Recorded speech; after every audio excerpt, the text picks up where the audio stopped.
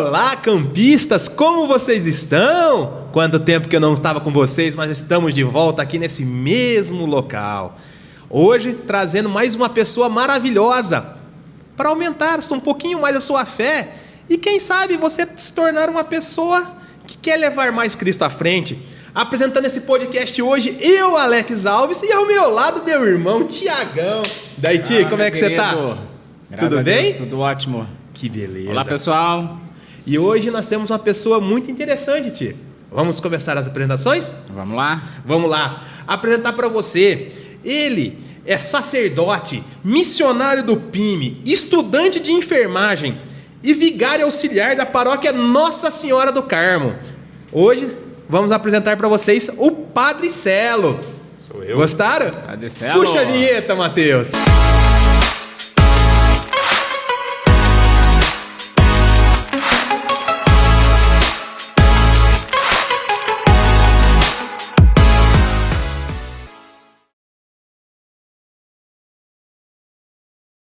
Voltando aqui, Padre Celo, obrigado pela tua presença.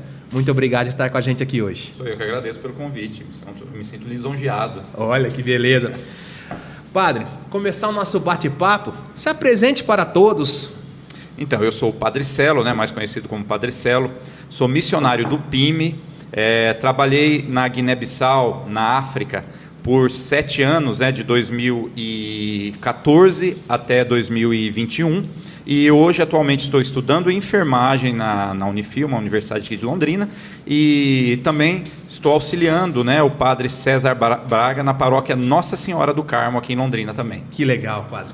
Padre, começando o nosso bate-papo, da onde que surgiu no seu chamado para você ser sacerdote?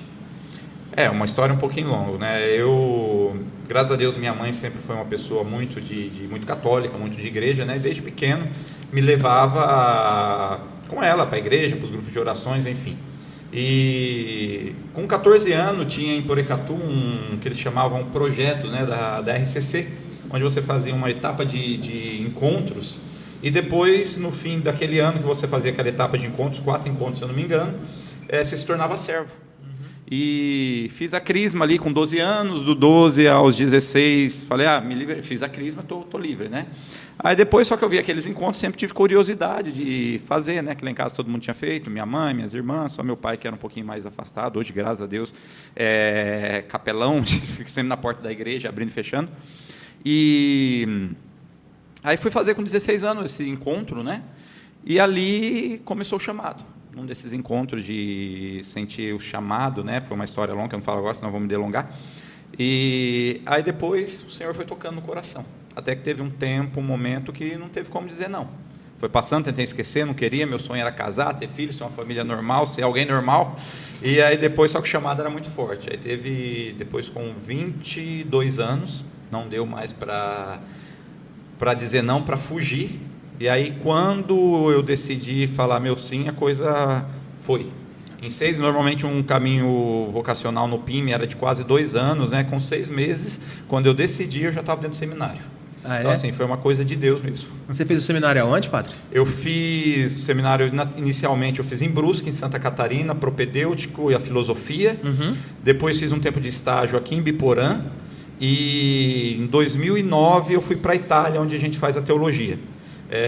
Aí fiquei na Itália de 2009 a 2014, quando eu voltei para o Brasil para me ordenar, lá em Porecatu, minha cidade natal, e logo fui para a missão. Me ordenei dia 30 de agosto, dia 12 de outubro, dia de Nossa Senhora Aparecida, eu estava pisando os pés na Guiné-Bissau. Na Guiné-Bissau. Então já tem Nossa Senhora já abençoando uma missão com aí. certeza. Meu nome é Analcélison Aparecido, Ela abençoando sempre. Analcélison. Esse nome já deu muito bullying. Meu filho, antes era tirar sarro, Hoje é bullying. O que eu já sofri, tem que agradecer só a minha mamãe, pela criatividade dela. Ela foi abençoada nesse nome. Lá em casa é Anauíla, Analcila e Analcélison. O único que salvou é o Alessandro. Meu Deus. O Alessandro é abençoado. Não, ele agradece a Deus. Certo. Você falando que você fez a tua formação e foi ser missionário do PIME. Conta pra gente um pouquinho o que é o PIME. O PIME quer dizer pontifício, Pontifício de ponte, que é ligado direto com o Vaticano. Se o Papa decide falar, nós queremos uma missão lá na Sibéria, o PIME não pode recusar. Então, Tem que abrir uma missão lá na Sibéria. Pontifício Instituto das Missões Exteriores. O PIME, ele forma sacerdotes para ir para o exterior. Você não fica no seu país de origem. Você sabe, se você quer ser padre do PIME, que você não vai trabalhar no teu país de origem. Você vai ter que vazar fora, trabalhar nas missões, né? Sim. Nós temos missões nos 5 continentes, em vários países de cada continente, e ali o superior geral vai decidir para onde está necessitando no momento que você for ter que ser enviado, e vai te mandar para lá. E você falou, após a sua ordenação, a tua primeira missão você foi enviado para Guiné-Bissau. Para Guiné-Bissau. Conta pra gente um pouquinho sobre a Guiné-Bissau. Quando você chegou lá, qual foi a tua perspectiva de realidade sobre a Guiné-Bissau? O que você viu de começo? Como foi essa missão? Então, eles me mandaram para Guiné-Bissau como seminarista. Eu acho que 2 meses antes do diaconato. Para mim fazer uma experiência lá. Eu fiquei umas férias lá, 2 meses. Fiz uma experiência maravilhosa, mas era o lugar que eu não queria voltar. Para esse lugar, fiz mais os pés. Então foi a missão que eu decidi, falei, eu não conheço as outras missões, mas essa eu já sei que eu não quero voltar. E aí me ordenei diácono. Depois de uns meses da ordenação, o superior geral chega para conversar com cada diácono, né, em vista depois da ordenação para ser destinado. E me perguntou, falou, e aí, onde você gostaria de ir? Eu falei, olha, eu não conheço outras missões do PIME, né? Sempre Brasil, eu estava no Brasil, depois vim para a Itália. Falei, me manda, aí sugeri, acho que a gente ouvia falar o México, falei até Camboja, na Ásia e tal.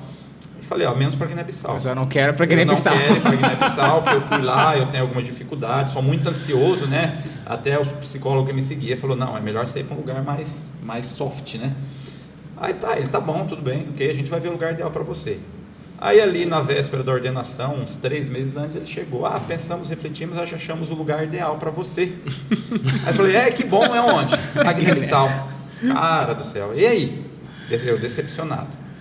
E ele nem lembrava que eu tinha falado para ele, né? Você vê que é tão... Aí depois E fui, já sofrendo. Como eu lembro que na minha ordenação foi o Dom Orlando, né? Ele, o missionário da nossa diocese que vai, que vai para Guiné-Bissau, parecia toda aquela, uma facada que eu levava, né? E fui para Guiné-Bissau, né? Os 2 primeiros anos foi trash. Lembro que um dia eu estava lá, meu Deus, o que eu estou fazendo nesse lugar? Eu brigava, nas minhas orações, eu brigava com Jesus, o que você está fazendo? O que você me colocou aqui? Eu não quero estar aqui. Aí eu lembro que um dia eu estava rezando lá, uma irmã veio, né, uma senegalesa que trabalhava lá na Guiné junto conosco, ela colocou a mão no meu ombro, eu ali na capela rezando, aí eu olhei para ela e comecei a chorar. Ela se assustou, eu não quero ficar nesse lugar, eu quero ir embora, ela tentando me consolar. Só que a graça de Deus é tão bom, né, que ele fala, eu não escolho os capacitados, mas capacito os escolhidos, porque eu me achava que eu não era o páreo para aquele lugar, porque era muita pobreza, né, muito assim, falei, não vou me acostumar a ficar nesse lugar, sujeira, essa pobreza, eu não tenho força para isso. E devagarzinho fui me inserindo no país, fui inserindo na realidade pastoral. Aí com 2 anos que eu estava lá, eu falei, é isso que eu quero. No 3º ano voltei de férias. Quando voltei de férias, fiquei 3 meses aqui, não vi a hora de voltar. Aí eu falei, mas Deus faz a obra mesmo, né? Você estava falando que lá é um lugar bem mais difícil de trabalhar o evangelho. Por quê? É por causa da situação econômica ou mais da situação da diferença cultural com a gente? A cultural. A cultural é mais difícil. Porque, é que eu digo, né, eles têm a religiosidade deles, são animistas. Animistas são aqueles que fazem o culto ao espírito, né? Animista? Animista, né? Se você procurar lá no Google, animistas são pessoas que, os hinduístas também são animistas, né? Essas religiões que cultivam mais a parte espiritual. Então, o que eles são? Nasceram naquilo, né? E eles, assim, eles têm muito pela proteção. Os espíritos têm que nos proteger. Por exemplo, dou um exemplo, tem uma cerimônia lá que chama Tokachur. Quando alguém morre, não são todos os membros, mas alguns membros da família morrem, eles têm que fazer essa cerimônia do Tokachur. O que é essa cerimônia? Eles acreditam que aquela pessoa que morreu, ela tem que passar para o lado dos que já morreram, né? Como que eu esqueci o nome agora, dos antepassados. E se você não faz essa cerimônia, ela não tem como ir para lá. Então, ela fica no mundo preso aqui. Fica aqui rodeando.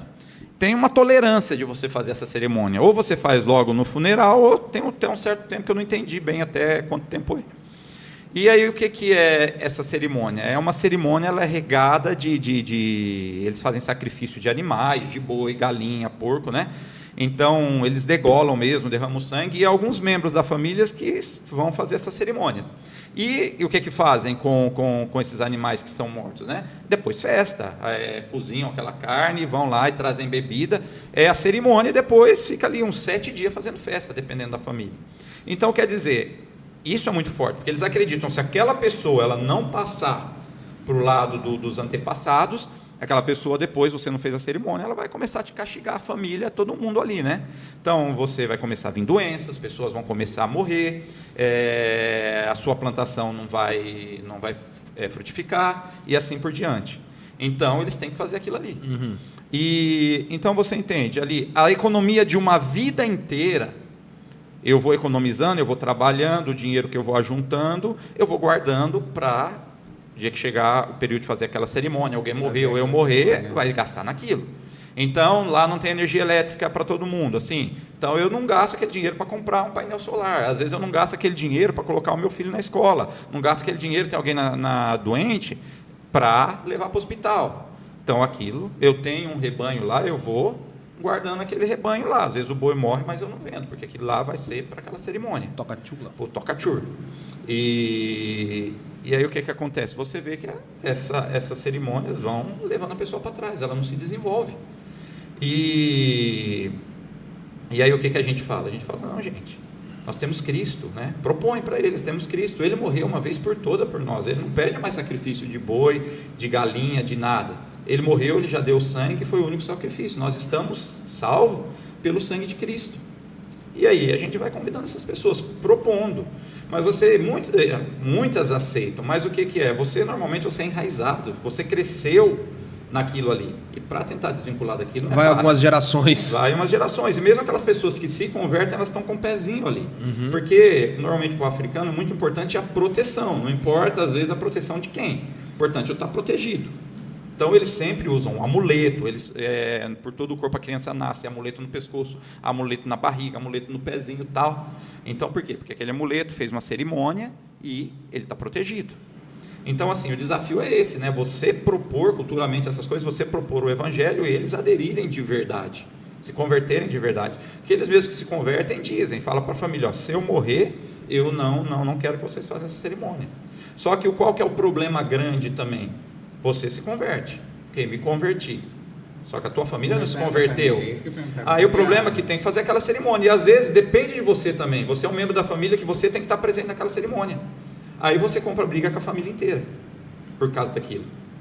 E aí muitos, para não se ver afastado da família, eles fazem a cerimônia. Ou eles chegam, padre, e agora? E você, o que vai falar? Vai comprar briga com a tua família inteira? É difícil. O discernimento nessa hora tem que ser o mais importante. É duro, porque às vezes você vai perguntar até para os bispos locais, né, que são eles, não sabem te dar uma resposta. E aí, a pessoa, no caso da poligamia, o que você faz? Abandona a mulher, as outras 3 mulheres, eu me converti, abandona as outras 3 mulheres, as crianças que dependem de você. E aí? Ainda tem muita poligamia lá? Pô, bastante. Nós temos na nossa paróquia, a gente chama de tio Reinaldo, uma pessoa espetacular. Ele nasceu cristão, foi batizado. Só que aconteceu, ele, ali em São Domingos, onde a gente estava, dependia de Suzana, que era uma outra aldeia, onde que o padre concentrou mais todas o trabalho cristão ali em Suzana. Então eles vinham ali em São Domingos de vez em quando, faziam catequese, mas não se concentrou muito ali. Suzana, ele conseguiu fazer um trabalho espetacular de evangelização, conseguiu... por exemplo, traduzir os evangelhos na língua felupe, a missa, o missal fez em felupe, tudo. Então, é a coisa mais linda você assistir a missa lá, que o pessoal canta e tal. Só que deixou São Domingos meio de lado, porque São Domingos ele tem ali uma região mais de várias etnias. E aí o que aconteceu? Como não vinha muito ali a evangelização em São Domingos, a família começou a pressionar ele para pegar outra mulher. E a própria mulher dele apresentou outra mulher, que tem isso, que a própria mulher às vezes te dá outra mulher. E aí, estava lá, meio frio, pegou. E depois, quando a gente fez paróquia em São Domingos, quando a gente começou um trabalho mais forte, a gente não, os que me antecederam, né? E aí ele começou a se aproximar da igreja e tal. E aí, o que você ia falar para ele? Com cada mulher tinha 5, 6, 7 filhos. Larga essa mulher, escolhe uma. É complicado. E aí ele ia na igreja, ele comungava, mas ele vinha, ele estava na Caritas, ele estava presente, se a gente tinha algum problema, era ele quem vinha nos socorrer, quem vinha nos chamar, se tinha que conversar alguma coisa com os locais, assim, com o pessoal que era mais sério, porque a gente sempre é estrangeiro, a gente chamava ele e ele estava lá na igreja. Aí o que você acha? Uma pessoa dessa não vai ter salvação? Porque, então assim, é um desafio, ali você tem que adaptar o evangelho a tantas realidades, e saber da cultura. E aí, você vai falar que esse povo é animista, que nasceram naquela cultura, que eles vão tudo para o inferno? Não. Porque eles não... Ali a gente tem que trabalhar mesmo a misericórdia de Deus. A misericórdia. Né? Ó, tem um padre lá na Guiné, o padre Alberto Zamberletti, ele trabalhava numa zona mais para o sul da Guiné, sul-leste, que a maioria é muçulmanos. E ele era médico. Ele criou um projeto maravilhoso chamado Casa das Mães, que ele ia nas aldeias para ver as mulheres gestantes de risco, porque elas às vezes moravam 50, 60 quilômetros nas aldeias, não tinha meio de transporte. Às vezes para fazer um pré-natal, para ir lá em Gabu, que era a cidadezinha que ele estava, e a pé elas nem vinham. Então, e a Guiné-Bissau ela tem um índice de morte infantil e materna grandíssimo. É tanto que os Médicos Sem Fronteiras saíram de lá uns 3, 4 anos atrás. Saíram? Saíram. Mas não era para eles estar lá, porque os Médicos Sem Fronteiras eles são mais para países em guerra, assim que esse padre Alberto me falou. Eles decidiram ficar na Guiné, depois que teve a guerra lá, a última guerra acho que foi em 98, porque o índice de morte materna e infantil lá era igual no país em guerra. Então eles decidiram ficar. Aí começou a diminuir as doações, tudo, aí eles tiveram que fazer escolhas, né? Mas então, esse padre Alberto, ele individuava essas mulheres, ele criou as clínicas móveis, e ele ia nas aldeias fazer ultrassom para essas mulheres, individuavam as gravidez de risco, mandavam lá para Gabu, criou a Casa das Mães, onde acolhiam essas mulheres, as irmãs que tomavam conta das casas da mãe, e acompanhava essas mulheres durante todo o período de gestação. A família vinha, dava um saco de arroz, trazia uma galinha para contribuir também, e essas mulheres ficavam lá, e muitas mesmo assim não conseguiam se salvar, ou morria a mãe, ou morria a criança, ou morria os dois, porque lá o índice ainda de mortalidade, como eu disse, materna é muito alto, e era uma região onde a maioria absoluta eram muçulmanos, e a maioria das mulheres que estavam lá eram muçulmanas. Então, você trabalha lá com todos, não é que o evangelho faz distinção. Mas eu vou ajudar só os cristãos. Lá então, a maioria é muçulmano, aí depois tem aquela outra parte, como é que é o nome da que você falou? Animista. Lá na Guiné-Bissau, em geral, são, estatisticamente, essa já é uma estatística um pouco passada, mas que a gente tem até agora, tipo 46% animista, mais ou menos também 46% muçulmanos, e vai dar uma cerca ali de 5% cristãos, entre católicos e evangélicos, e ali diz que 3% que não ateus. Rapaz, estamos perdendo fé, hein? Mas não é a tradição. Não, sim, falando assim, tem pouco ainda, tem muito trabalho de evangelização. Tem muito. Sabendo que é um país de 2 milhões de habitantes. País pequeno. Nossa. Muito pequeno. Mas nós temos Senegal do lado, que a maioria é muçulmanos também, animistas, né? Que é um país bem maior. Você falando para mim sobre a dificuldade cultural, me lembrou muito os jesuítas quando vieram para a América pegar os índios aqui também, que era uma outra cultura. Eles tiveram todo aquele trabalho cultural para hoje nós se tornarmos um país cristão. Você vê a história de São Francisco Xavier, por exemplo. Exato. São Francisco Xavier é padroeiro do PIMB também, né? Por mais que eles são xaverianos, mas pegou São Francisco Xavier como padroeiro, porque é um missionário, que ele era também além do seu tempo, né? E padre, o trabalho de evangelização, ele é muito mais de ir até ele, muito mais na casa do que, por exemplo, numa paróquia. Você até comentou que conseguiu fundar uma paróquia, mas não existe tanto movimento como a gente vê aqui hoje no Brasil, em termos de grupo de oração, muito mais dentro da paróquia, muito mais nas casas, de ir nas casas, e assim que acontece muito mais lá. Não foi eu que fundei a paróquia, já Sim. Tinha paróquia antes, eu falei, a gente vai dar continuidade no trabalho que já está rolando já há muito tempo, né? Não, eles vêm na igreja, as igrejas são lotadas, mas o que é? Como eu falei, o africano é importante, a proteção. Importante. Se eu tenho a proteção do Espírito, se eu tenho a proteção de Jesus Cristo, se eu tenho a proteção de Alá, melhor. Então, muitos desses que vêm, não é que são cristãos batizados, mas eles vêm. Por exemplo, um padre que veio, na época ele era conselheiro, um dos superiores do PIME. Ele vem visitar a Guiné-Bissau, ele trabalhou a vida inteira na Tailândia. E ele falou assim para nós, nossa, é admirável ver a igreja cheia. Era quando eu cheguei na Tailândia. Ele falou, nossas igrejas lotavam. Depois começou a chegar o desenvolvimento, ter luz elétrica, que eles tinham televisão em casa, isso e aquilo, diminuiu bem. Porque às vezes também eu não tenho muito o que fazer, então eu vou na igreja. Por exemplo, o grupo coral dos jovens, Lota, eles adoram cantar. Então eles vêm na igreja, eles fazem um grupo coral, é muito bonito. Só que assim, como eu falei, não é uma conversão, os batizados são pouquíssimos. Porque a maioria que recebem o batismo são os adultos. Porque a gente não batiza as crianças. Por quê? Se você batizar a criança, depois ela vai ser educada no animismo, na cultura deles. Então nós primeiro temos que batizar os adultos, para depois aquela família educar os filhos na fé cristã, que aí nós temos uma garantia daquela criança vai crescer. Porque se você abrir o batismo para a criança, vai chover de criança.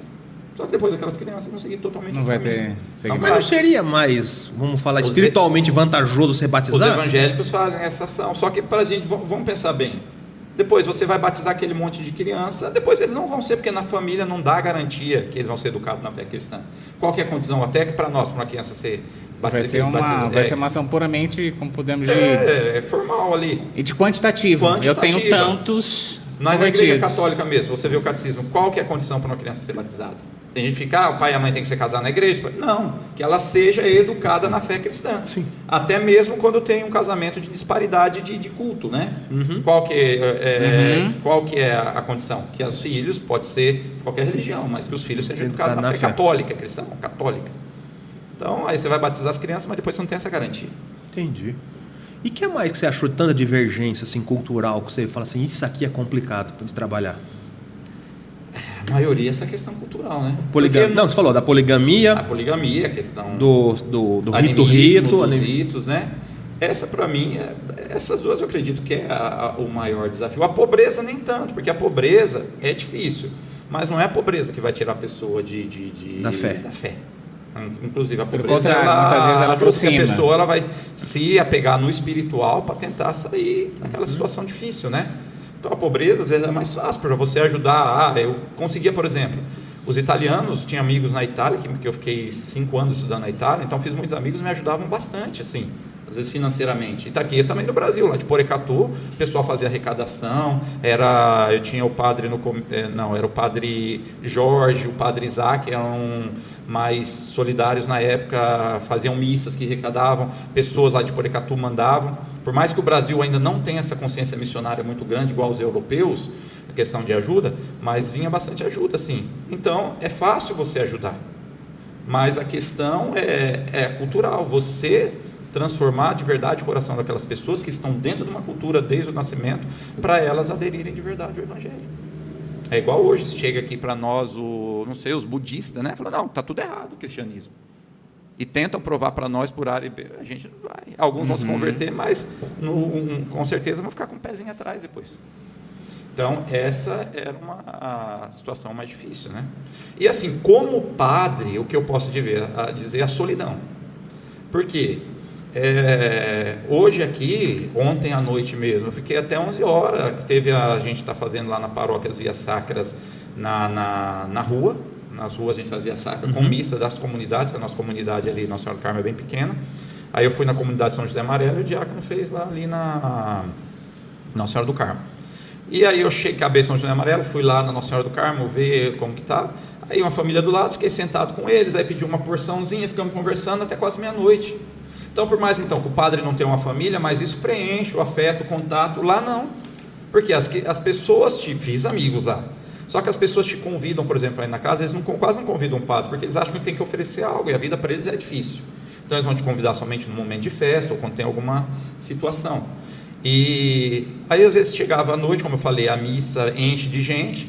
Eu trabalhei nos últimos anos com um padre da Birmânia, uma pessoa espetacular, de uma paciência extraordinária, não sei como ele me aguentava, só que ele era assim, muito na dele, ele se trancava à noite no quarto dele, eu já sou mais de falar, gosto desse contato pessoal, e eu ficava sozinho, olhava para fora, tudo escuro, porque lá nos domingos não tinha energia elétrica, tinha um gerador lá que fornecia para algumas famílias que podiam pagar, mas era 3 horas por dia, e aí a solidão, era você e você, colocava um filme, rezava, ligava para casa e depois, então a solidão ela conta bastante.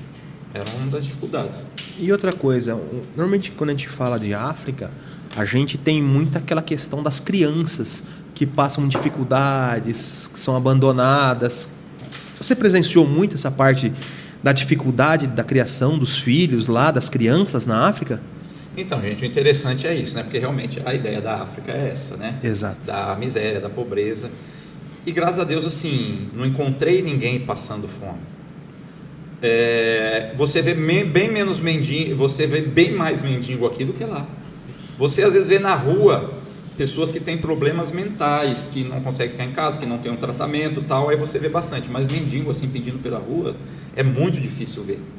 Em Bissau você começa a ver agora, ó, sobretudo tem umas mães que vêm lá esqueci o nome do país, para baixo do Marrocos ali, e que vem ali e começa a colocar as crianças para pedir e tal. Tem uma cultura muçulmana também que é quase educativa, de a criança quando tem uma certa idade tem que ir para as ruas pedir e tal, mas depois passou daquela fase não vai mais. Mas assim, você não vê muito dessa questão. Só que assim, a situação é difícil. Não existe um sistema de saúde, tem lá os médicos, mas é tudo particular e de uma formação muito precária. Então, as pessoas, por exemplo, quando elas têm algum problema de saúde, elas preferem recorrer aos feiticeiros, digamos assim, que estão lá no meio das aldeias, que sabem qual ervas medicinais é para tal coisa, e tem aqueles que são mais honestos, que já te dão direto aquela erva, e tem aqueles que mexem com a questão da cerimônia. Então você vai lá e eles têm que fazer toda uma cerimônia, você tem que levar a galinha, a cabra como pagamento, e às vezes eles até embrolham as pessoas, né? E aí acontece que aí depois que ali os feiticeiros não conseguem fazer mais nada, é que eles vão levar no médico, aí às vezes já não tem mais nada para fazer. E às vezes também pode levar primeiro no médico e não tem nada. O diagnóstico que eles dão lá é de malária, tifo, que são doenças endêmicas lá, mas não existe uma quimioterapia no país. Você não pegou na malária lá? Graças a Deus não peguei malária, achei que ia pegar, só que cheguei aqui 2 anos depois, peguei dengue. Mas... o Brasil tá pior. Tá pior nesse sentido, mas lá a malária é muito forte. Mas assim, eles não passam fome. O guineense ele não passa fome. Ele tem que comer, ele come pelo menos 3 vezes por dia, só que às vezes só arroz. Então você não come, você não passa fome, mas come arroz 3 vezes por dia. Imagina às vezes uma criança de 2, 3 anos, fica desnutrida. Falta proteína. Proteína falta tudo. Entendi. Fica desnutrida. Então assim, você encontra muito caso de desnutrição. Acontece, por exemplo, porque o coração da Guiné-Bissau é Bissau, que é a capital. Então, se o adolescente fica ali até terminar o 2º grau, na cidadezinha pequena, depois vão para Bissau, eles querem estudar. Tem algumas faculdades lá. E aí, depois o que acontece? Eles vão para Bissau e ali é a família largada. Você tem uma casa em Bissau. Só que aí ele é o teu primo de 3º grau. Mas ele tem direito de ficar na tua casa, o outro tem direito de ficar na casa. Quando você vê, só você trabalha, você está com 15 pessoas na tua casa. E aí, às vezes, a comida não dá. Então, às vezes, eles comem uma vez por dia em Bissau. Ou comem um dia sim, um dia não.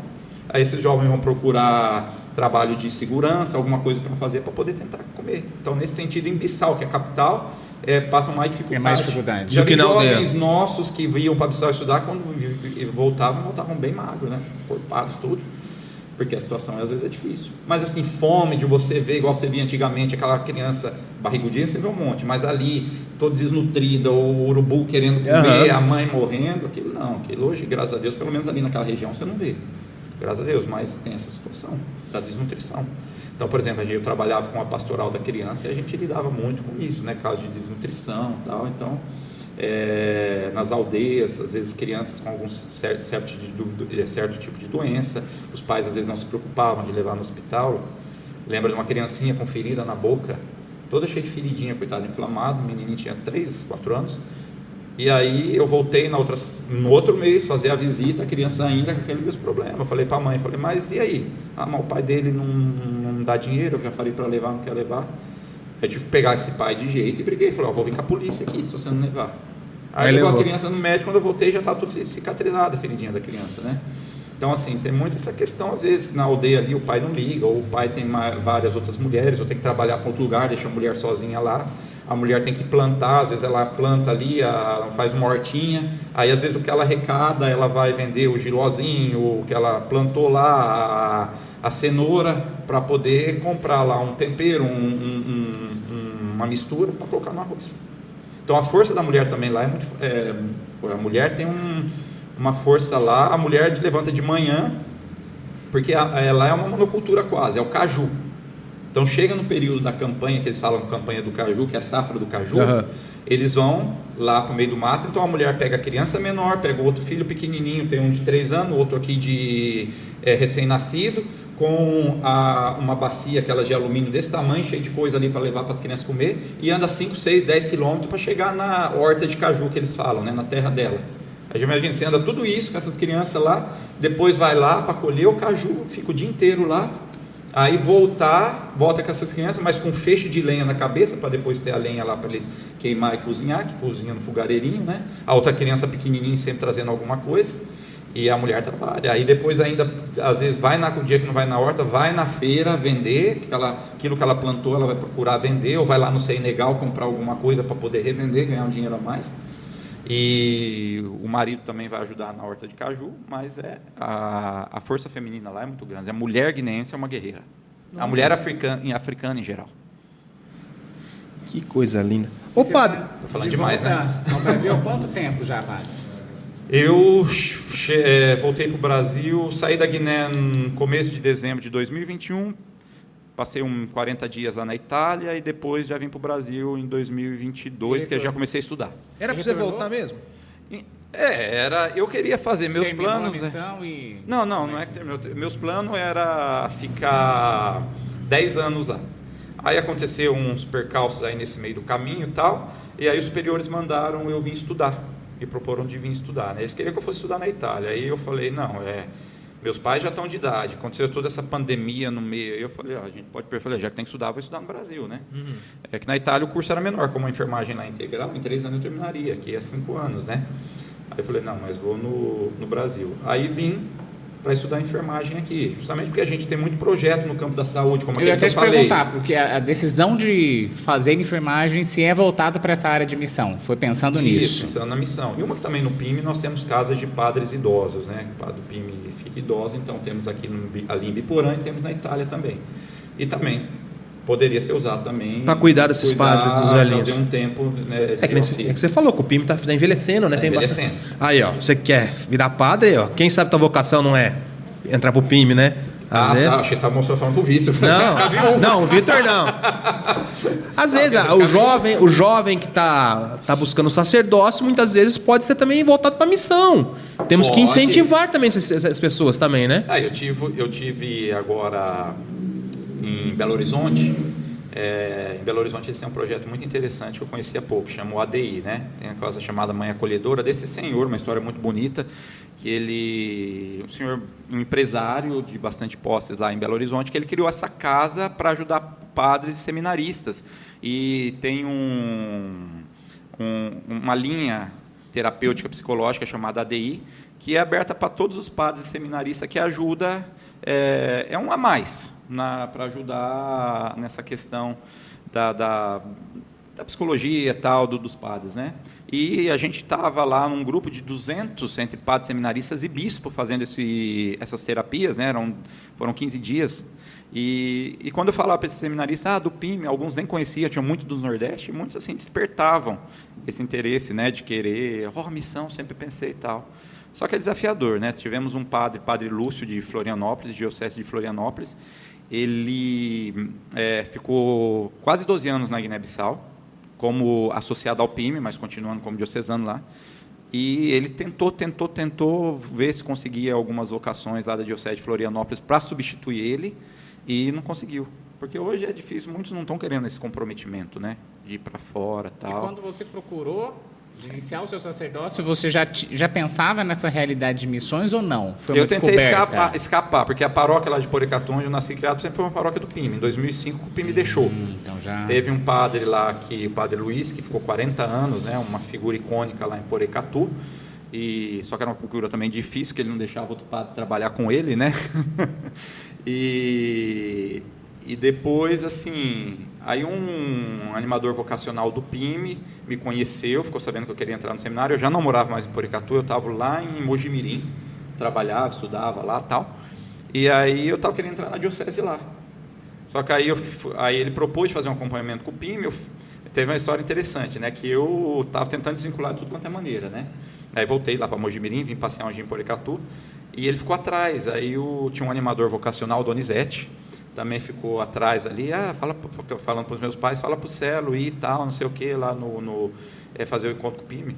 Aí eu mandei, minha mãe mandava mensagem, né? Falava, estão querendo. Eu falei, Estão não. te sondando, Estão sondando aqui. Eu falei, não, fala que eu já estou bem e tal. Eles querem comprar teu passe. Aí eu falei, fala que eu estou trabalhando aqui, não tem dinheiro para ir lá, porque tinha que fazer um encontro lá em Brusque, em Santa Catarina. Aí que eu não vou. Aí minha mãe falou, né? Essa desculpa, ele falou que tá sem grana e tal, para ir lá para Santa Catarina, vai pesar um pouco agora nesse momento e tal. Aí eu disse, tá bom. Aí de repente chega lá o Donizete, esse animador vocacional.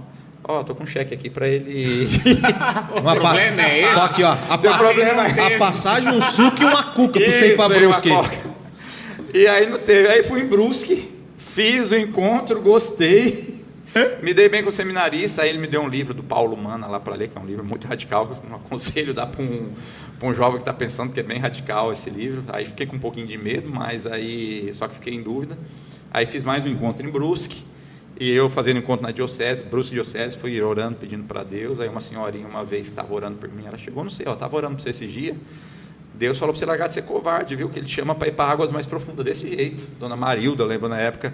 Falei, nossa, é ali. Aí depois daquela senhora falou aquilo, eu decidi. Porque até o último momento que eu tinha que dar o sim, eu estava em dúvida ainda. Ele esperando meu sim, eu acho que foi no último dia, no último segundo que eu fui lá falar para ele. Não, eu vou ficar no PIME. Aí o PIME te ganhou. Padre, como a gente comenta, né, o nosso nome do nosso acampamento é Campcast, né, do nosso podcast, desculpa, é de campista para campista, a gente brinca dessa brincadeira aí de que é voltado para campista, mas é para uma evangelização em geral, né? Você já vivenciou algum acampamento? Como é que é a tua história também junto de acampamento? Não, o acampamento só de ouvir falar. Teve um período, acho que foi no fim dos anos 90, começo dos anos 2000, não lembro, teve uma febre, que o pessoal ia não sei onde, lá em EP, não sei onde fazer lá, né? Isso, aquela zona lá. Eu lembro que lá de Porecatu todo mundo ia fazer esse acampamento, né?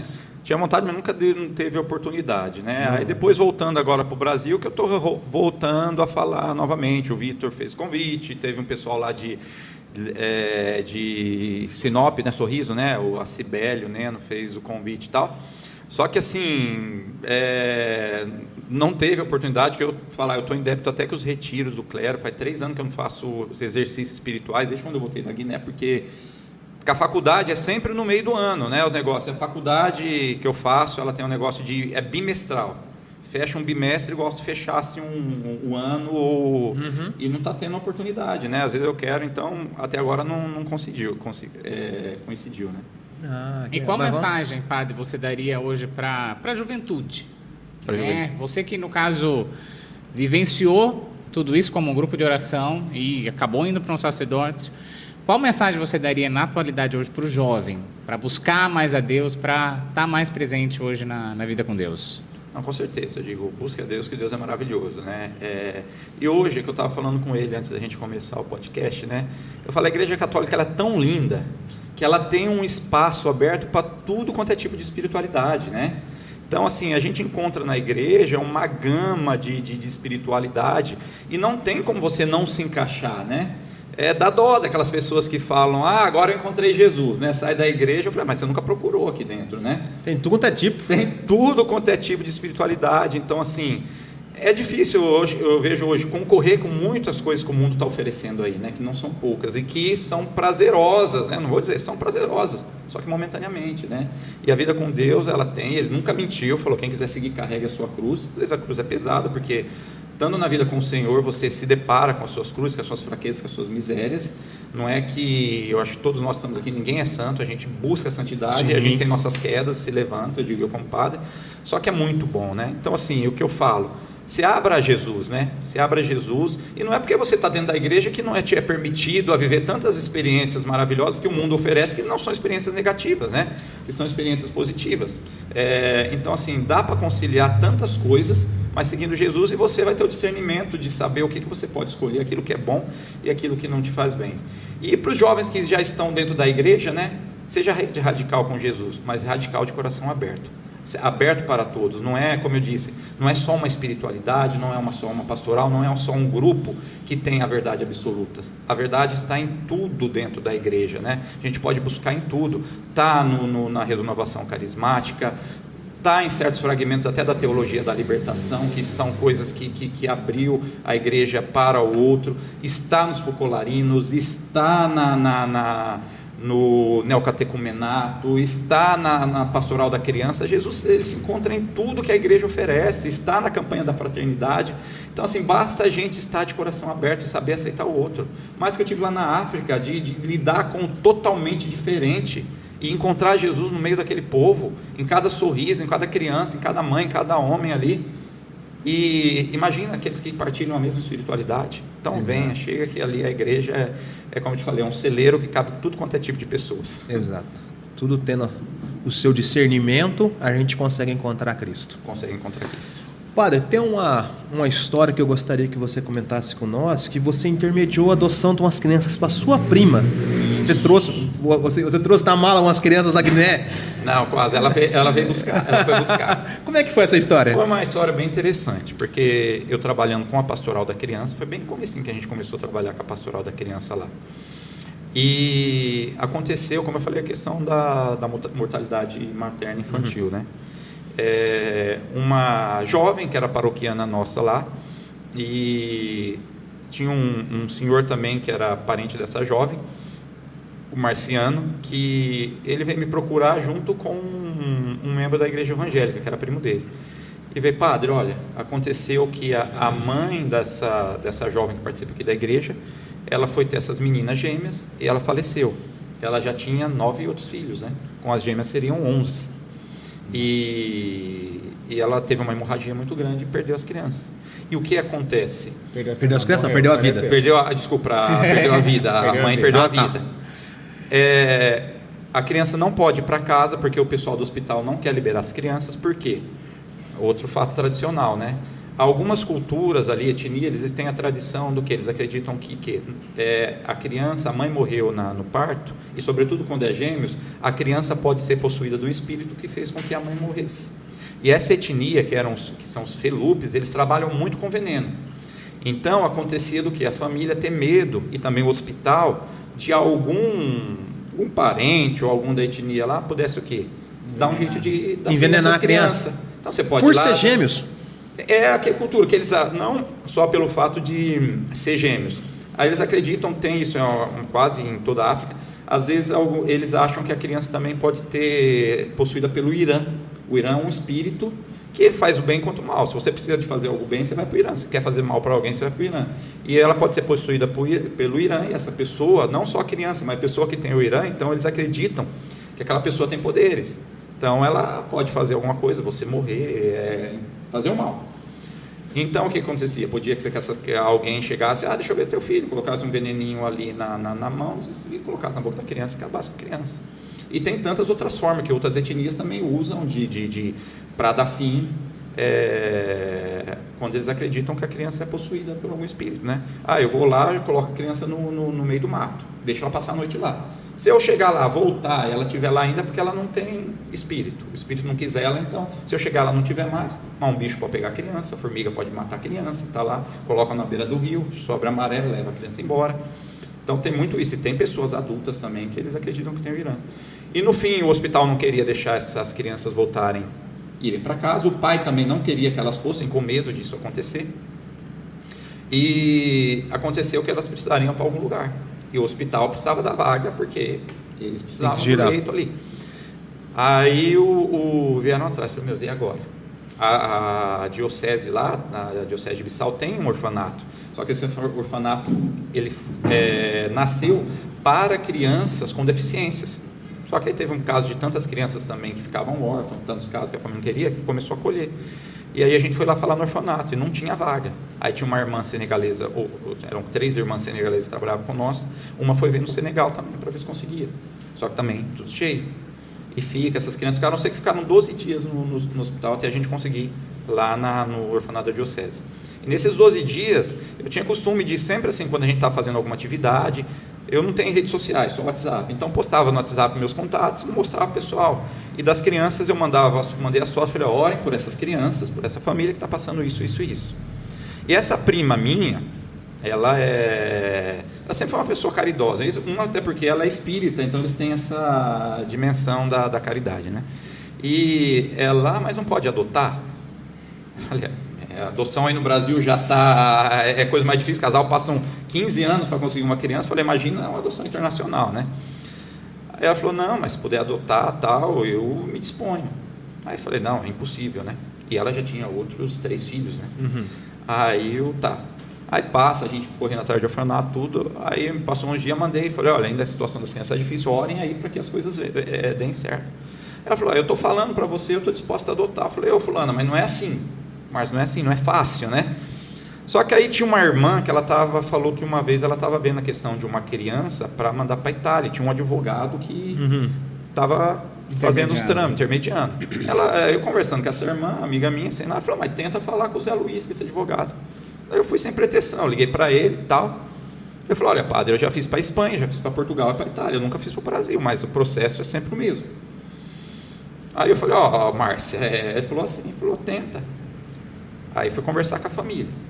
Aí o pai dela falou, padre, deixa eu pensar.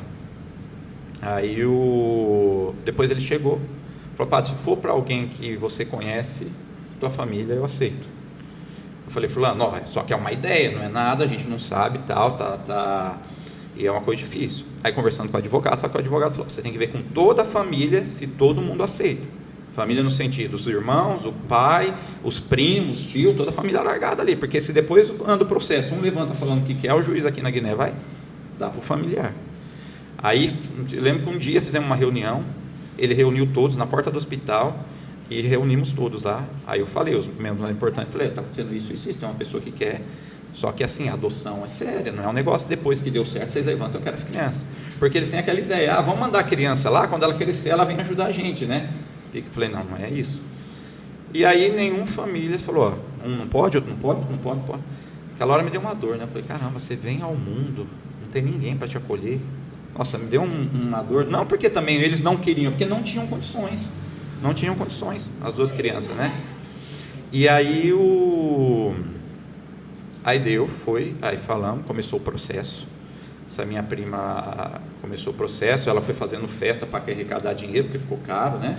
Ela teve que arranjar passagem para vir para cá, tal. Não é que ela é rica, ela tem condições de criar criança, mas não tem.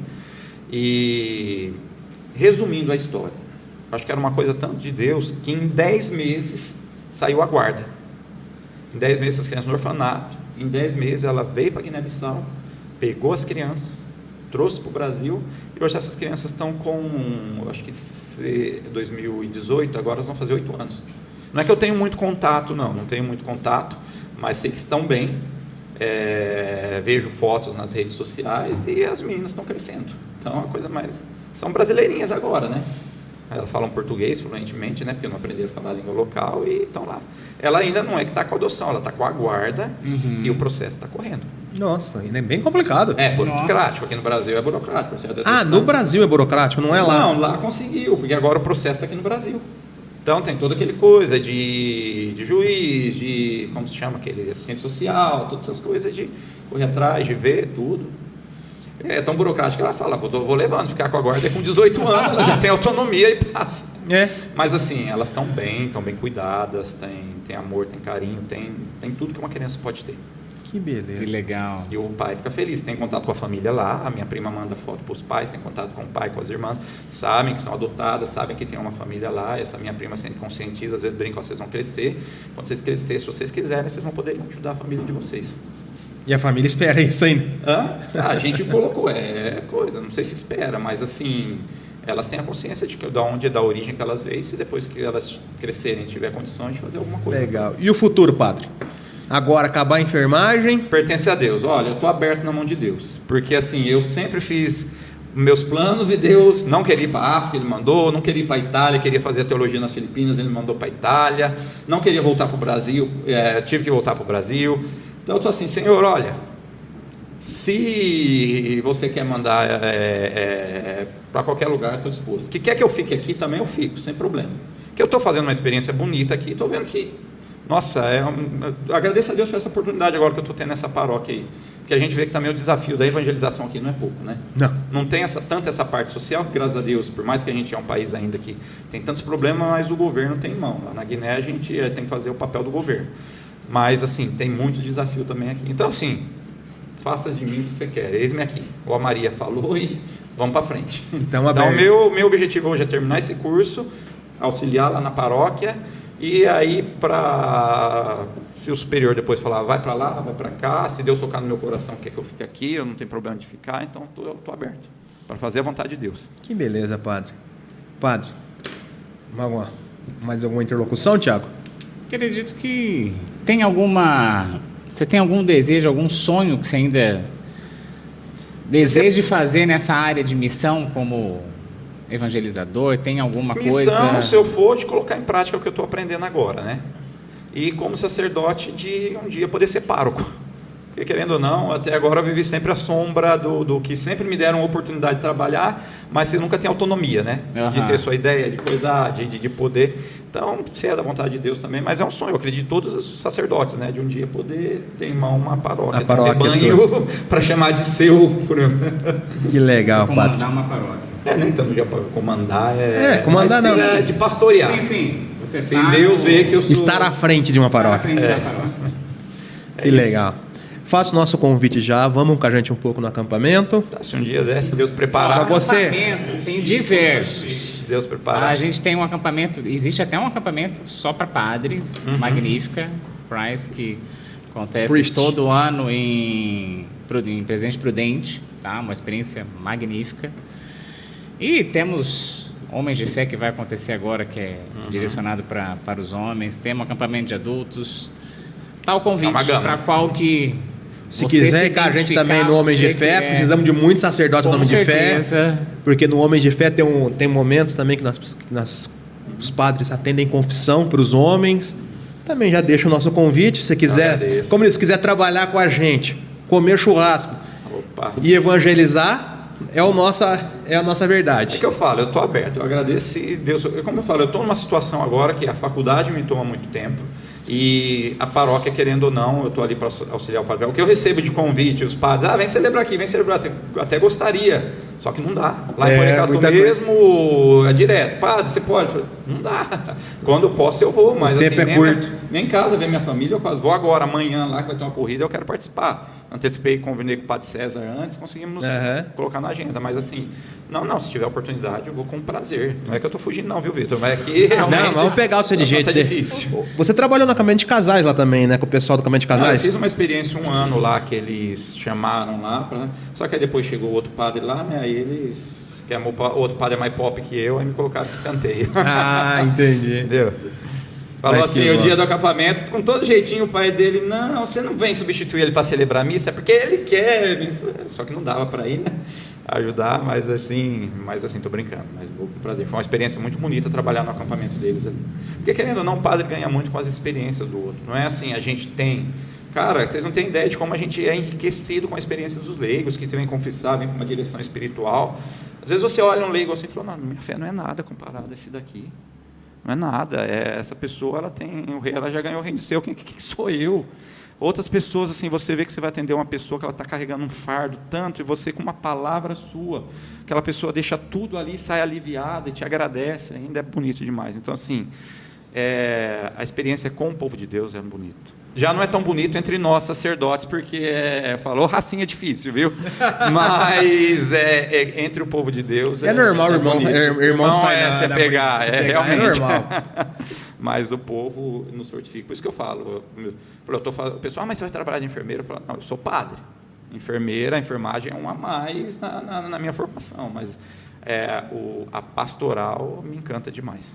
Que bom. Alguma consideração final, Tiago? Padre, mais alguma consideração? Não, eu agradeço vocês.